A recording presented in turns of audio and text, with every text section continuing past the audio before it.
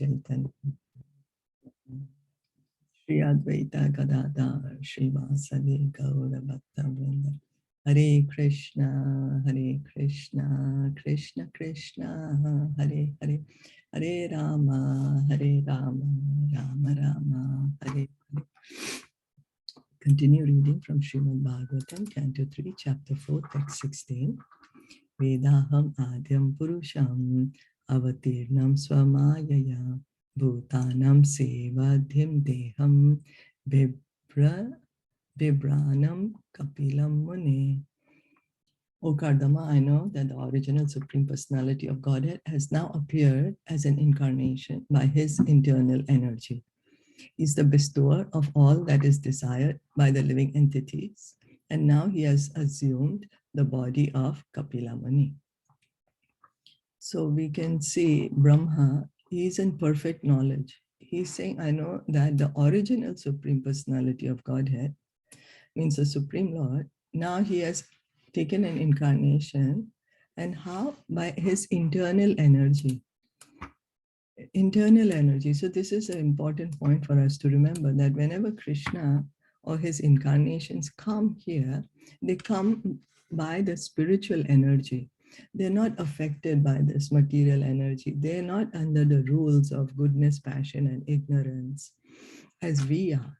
We are conditioned souls, and so we are conditioned to the modes of nature. But Krishna, when he comes, or his incarnations, they come, they are not under the control of the material energy. They can come and go as they please. Why? Because material energy is Krishna's own, she is his. He says, this divine energy of mine, this material energy, she follows the orders of Krishna.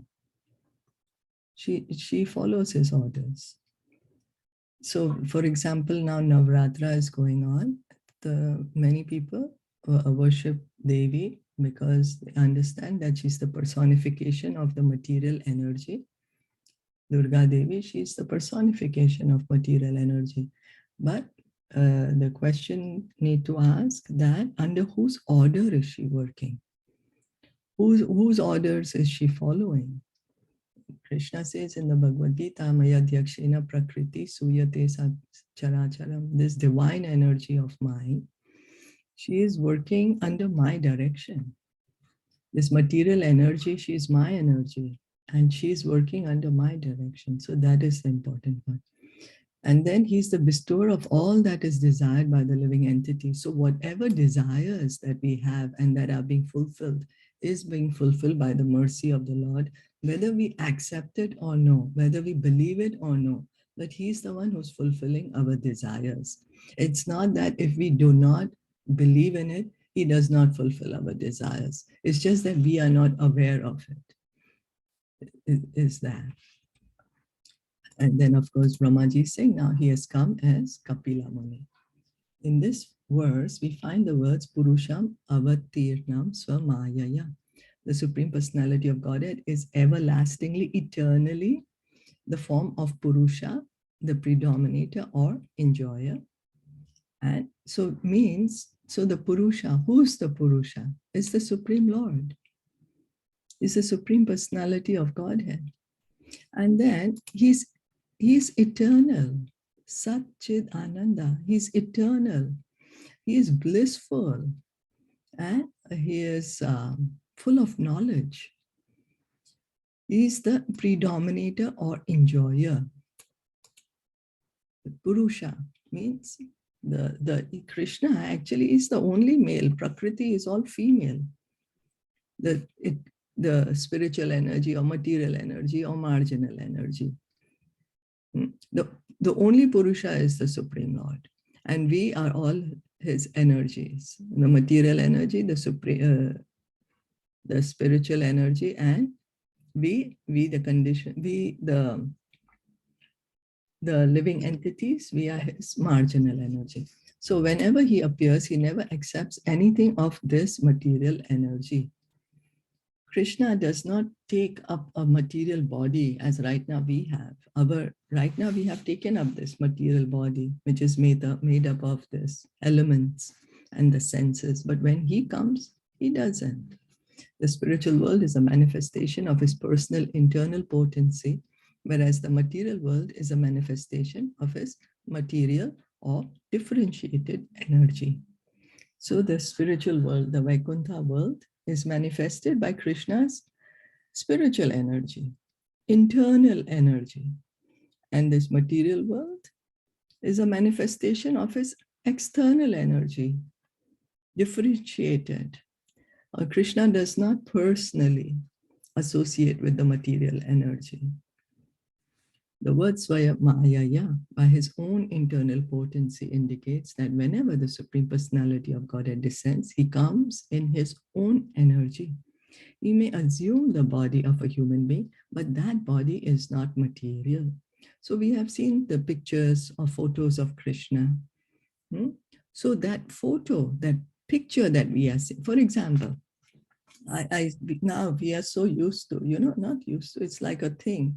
Wherever we go, we take photos of ourselves, our friends, or whatever. Then we share with each other. So the photos that we are taking is of ourselves, but it's not truly of ourselves. It's just of the body, no? Nobody can see our soul, right? So these photos, say of my photo or your photo, these are all of our material body, made up of earth, water, air, fire, ether, the senses, mind, intelligence, false ego. Now, when we see Krishna's photos, although he appears as a human being, but that form that we are seeing is not made of earth, water, air, fire, ether. It is Sat Chit Ananda. That's a spiritual form. His form that we see is not like this material form. Is that okay? So that is his internal energy, right? Yes, Krishna's form is spiritual. Spiritual, internal, right? Energy. Yes, it's made by it's formed of his internal energy. Right. Oh. Yeah, not of his material energy. Material energy also belongs to him, but he does not take a material form. So that's why I feel this is appropriate, because we take pictures of each other, or we see pictures of our relatives, for example. So those pictures that we are seeing, these pictures are of the material bodies, right?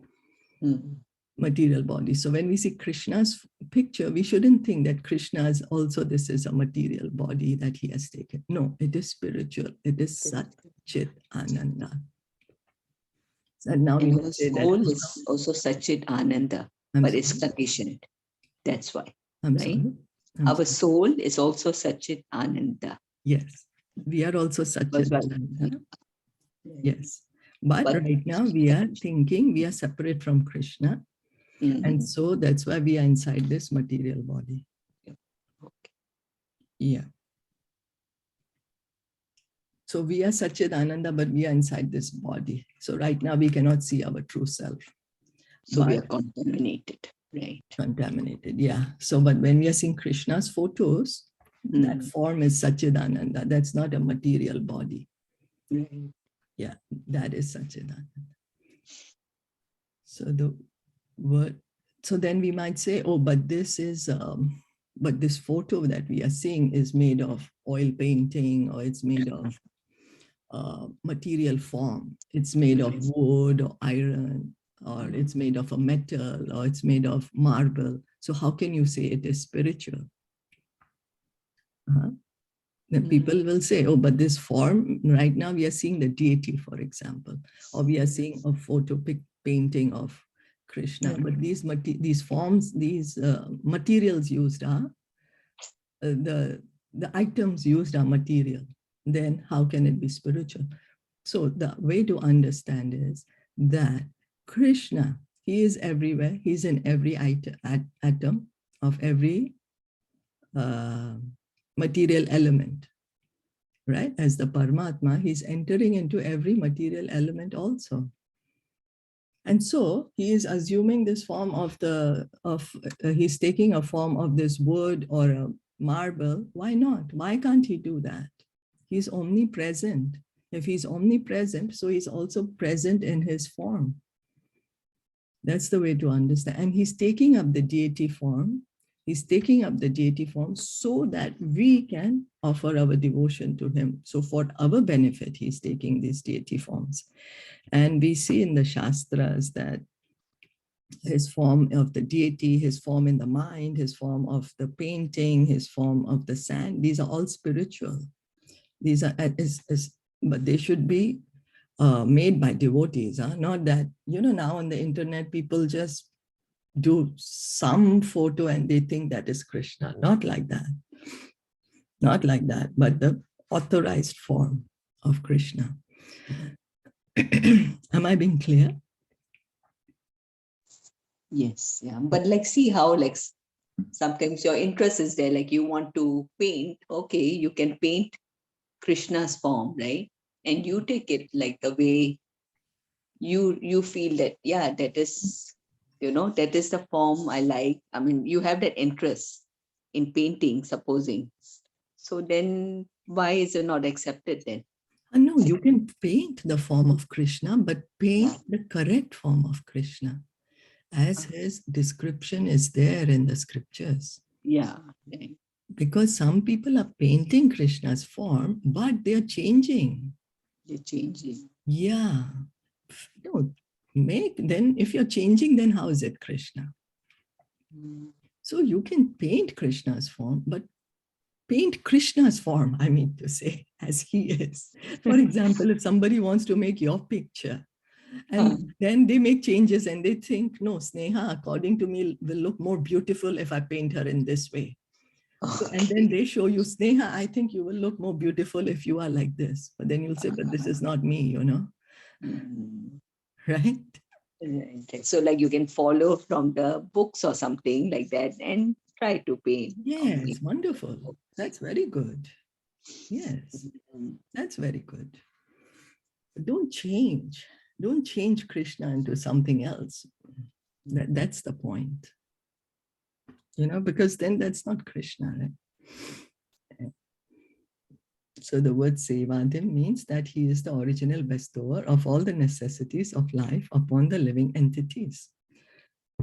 So Nityo Nityanam Chaitanas Chaitananam. Katha Upanishad also says that there is one eternal who is maintaining all the other eternals. So who's the one who's giving us this? All the necessities of life that we need. Who's the one? It is Krishna who's giving. So many people will think, no, it's the material energy. But you know what? If there is no sanction of Krishna, the material energy will not be able to give us that. Someone will say, oh, it's because of my karma. But who's making the law of karma? Who's the lawmaker? So and who's the creator of all these necessities? Who's the creator of this earth, water, air, fire? It is the Supreme Lord. Under his direction, Mother Nature is providing us these things. So he is maintaining us not only in this material world, but he's maintaining us even when we are in the spiritual world. But then we'll say, oh, but I'm in the spiritual world. I don't need any maintenance. I'm in my own spiritual form. So I don't need anything. I'm a spirit soul. But the very fact that we are even able to reach the spiritual world is by his mercy. And in the spiritual world also, even if we are in the Brahma Jyoti, for example, where is the Brahma Jyoti coming from? It's coming from Krishna's form. So then we are dependent on him, right? Or even if we are entering into the spiritual planets, then who's the one who's creating the spiritual planets? Well, I shouldn't use the word create spiritual planet because the spiritual planets exist eternally.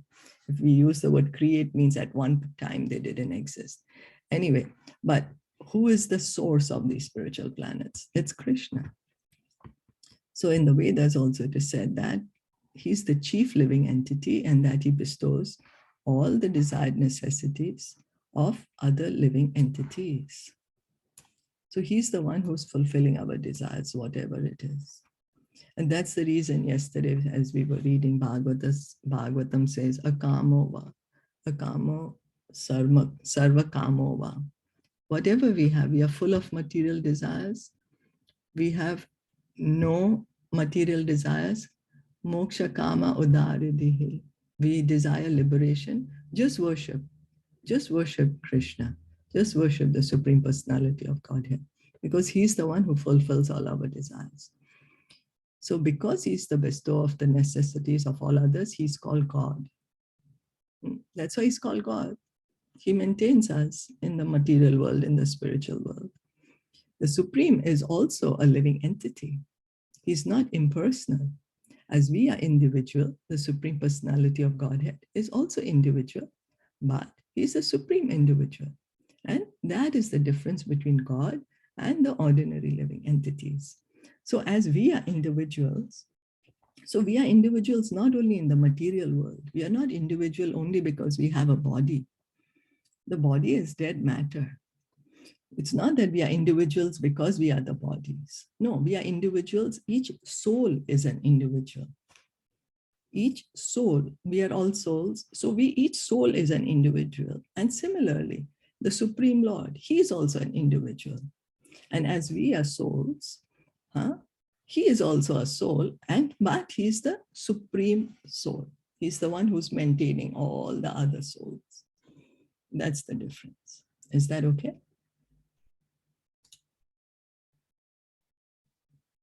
Yes. Yes. Yes. So we are trying to understand the position of the Supreme Lord.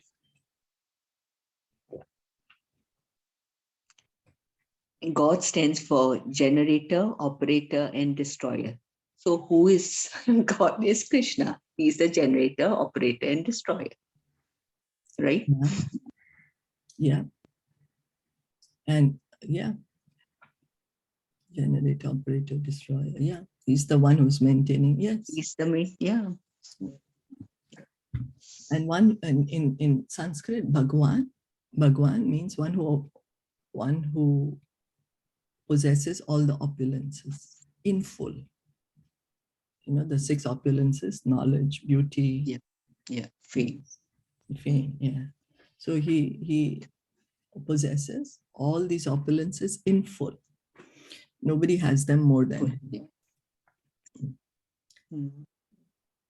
Jnana Vijnana Yogena Karmanam Uddharanjataha Hiranyakeshaha Padmakshaha Padma Mudra Padambujaha. By mystic yoga and the practical application of knowledge from the scriptures, Kapila Muni, who's characterized by his golden hair, his eyes just like lotus petals, and his lotus feet, which bear the marks of lotus flowers, will uproot the deep-rooted desire for work in this material world. In this verse, the activities and bodily features of Kapila Muni are very nicely described. So here we can see that Kapila Muni, he came as an incarnation, but it's being confirmed by Brahmaji. So whenever incarnation comes, not that I will just say, oh yes, I'm an incarnation of God. Like that, everyone will say that, right? It has to be confirmed by the great, great personalities. It has to be confirmed in the scriptures. And also the Lord appears, then there is the markings on his hands and feet. Here it said the Kapila Muni's lotus feet has marks of lotus flowers. As we have seen, Krishna's lotus feet has all these markings. His lotus hands have the markings. And then his activities, what is he going to do? The activities of Kapila Muni are forecast herein. So he's just a baby, and Brahmaji is saying what he's going to do. He will present the philosophy of Sankhya in such a way that by studying his philosophy, people will be able to uproot the deep-rooted desire for karma, fruitive activities. Because Sankhya philosophy really breaks down this material elements, you know, what is this material world about? So everyone in this material world engages in achieving the fruits of his labor. So why do we do any activity? We do any activity because we say we want to enjoy. We do something, with that something we will get something, and with that something that we get, I want to enjoy. That's what we are doing in this material world. A man tries to be happy by achieving the fruits of his own honest labor, but actually he becomes more and more entangled. One cannot get out of this entanglement unless he has perfect knowledge or devotional service. So we are thinking, oh, I'm acting. I just want to be happy. I want to be happy. What wrong did I do? I just want to be happy. But because we don't have the knowledge of how to act, so we are getting more and more attached to these reactions. Those who are trying to get out of the entanglement by speculation are also doing their best. But in the Vedic scriptures, we find that if one has taken to the devotional service of the Lord in Krishna consciousness, he can very easily uproot the deep-rooted desire for fruitive activities. So what happens is, okay, we might be trying to understand the try to get liberation by mental speculation. Mental speculation means just by the efforts of the mind. Why is it called speculation? Because our mind can speculate a lot of things, really can imagine a lot of things which not necessarily are true. But now, that is not going to remove our desire for work.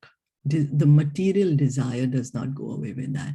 Those material desires can go away only by devotional service. Only by devotional service can the material desires which are there, very deep-rooted in the heart, go away. Sankhya philosophy will be broadcast by Kapila Muni for that purpose. His bodily features are also described herein. Jnana does not refer to ordinary research work. Jnana entails receiving knowledge from the scriptures through the spiritual master by disciplic succession. So what does knowledge mean? Knowledge means that I need to receive this spiritual knowledge of the scriptures from a bona fide spiritual master in the disciplic succession. That means knowledge, that receiving of the spiritual knowledge, which is mentioned in all the scriptures. I hear it, I receive it from a bona fide source, from the disciplic succession. In the modern age, there is a tendency to do research by mental speculation and concoction. But the man who speculates forgets that he himself is subject to the 4 defects of nature. So I might say, I don't want to receive this knowledge from the spiritual master. I don't want to receive the knowledge from the scriptures. I'm going to decide what I'm going to decide. I'm going to try to do my own research work. I'm going to depend on my mental capacity. But we forget that our mind also has these 4 defects because it's material after all, right? We are inside this body. So we have four defects. Sure to commit mistakes. Senses are imperfect. Sure to fall into illusion and cheating. So each of us have this defect. So any knowledge which we think according to us is very good may not be good at all because it's just my thought process, my speculation. So unless one has perfect knowledge from disciplic succession, he simply puts forth some theories of his own creation. Therefore, he's cheating people. So that's the reason that this knowledge has to be coming from the scriptures, because scriptures is perfect knowledge. Come from the disciplic succession. The knowledge has to come from the parampara system.